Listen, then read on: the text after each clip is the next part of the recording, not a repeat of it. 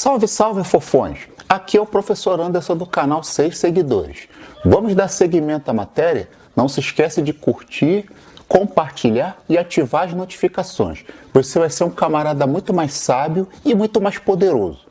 Vamos agora falar sobre a história das Américas no século XIX. Na verdade, a gente começa a falar das lutas de independência das Américas, né? Das ex-colônias espanholas, principalmente, e as suas metrópoles europeias, quando perde suas colônias. Mas temos que entender os movimentos de independência dessas colônias como um movimento amplo, que começa, na verdade, com a luta de Tupac Amaru em 1780 no Grande Império Inca. Foi uma grande rebelião de índios, né, que de alguma forma se contrapôs à dominação espanhola.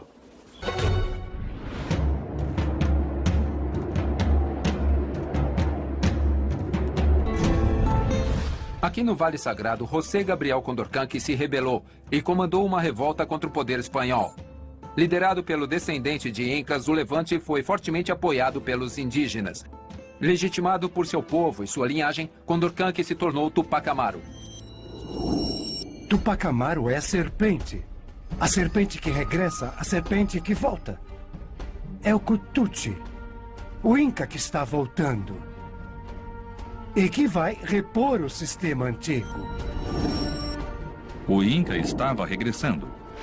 O levante se estendeu pelo continente e se tornou a maior rebelião independentista do vice-reino do Peru. 6 meses depois, Tupac Amaru foi feito prisioneiro. Tentaram esquartejá-lo, amarrando seus membros a 4 cavalos nas 4 direções da Praça de Armas de Cusco. No fim, foi decapitado. Mas antes, o fizeram assistir à tortura e morte de sua família. Mas dividiram teu povo, irmão contra irmão. Enviaram até que caíram as pedras de tua fortaleza. Ataram teus membros cansados a 4 cavalos raivosos e te esquartejaram à luz do amanhecer implacável. Tupac Amaru, sol vencido, de tua glória desgarrada sobe como o sol no mar. Uma luz desaparecida. E Tupac germina na terra.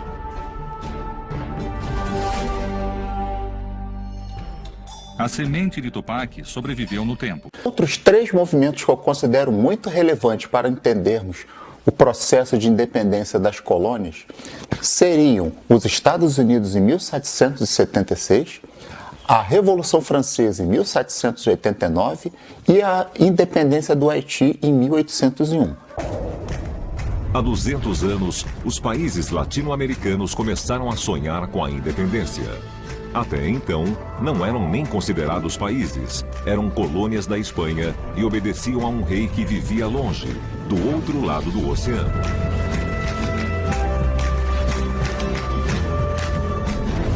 Enquanto isso, aqui na Europa, surgia a crença de que a maioria absoluta não era a única, nem a melhor forma de governo. O mesmo acontecia na América Latina.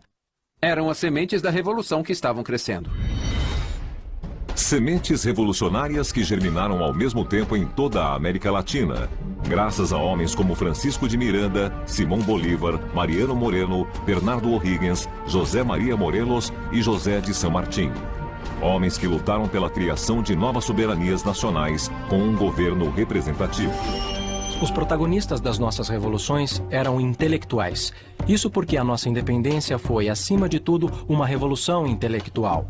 Era preciso mudar o modo de pensar de uma comunidade governada por um rei em uma organização republicana. E perceberam que isso só seria possível se fosse encarado a partir de uma perspectiva latino-americana. Em um país após o outro e em quase todos ao mesmo tempo, as lutas pela independência ganharam força, do México à Argentina. Tudo começou em 25 de maio de 1809 na Bolívia, depois em 10 de agosto no Equador, 8 meses mais tarde na Venezuela, no mês seguinte na Argentina e 2 meses depois na Colômbia, em 16 e 18 de setembro no México e no Chile, em 14 de maio de 1811 no Paraguai e em 5 de novembro em El Salvador.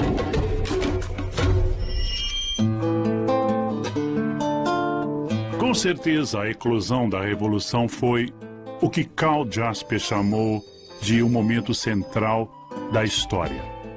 É verdade que houve uma espécie de vento comum de identidade entre os países. É como se houvesse um desejo de que, na verdade, um projeto de separar-se do tronco espanhol. Mas seus galhos, no entanto, ainda mantiveram a seiva do idioma e da cultura. Alguns anos depois das revoluções de 1810, vários países realizaram o sonho da liberdade e declararam independência. Nasciam novos países e novos emblemas que os identificavam como nações. Na América Latina começaram a surgir as identidades nacionais.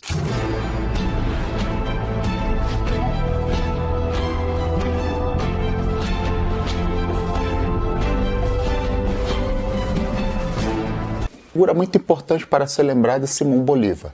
Foi um dos camaradas da elite, né, letrada, ilustrada da Espanha, que estudou na Europa e voltou para as Américas com um sentimento de independência.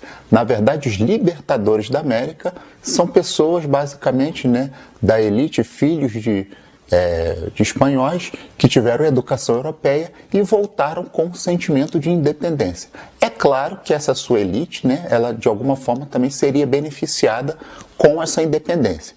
Mas temos que deixar bem claro que esse movimento ele teve ampla participação popular em todas as Américas, né? Índios, pessoas que viviam nas colônias participaram ativamente dos combates dos libertadores da América.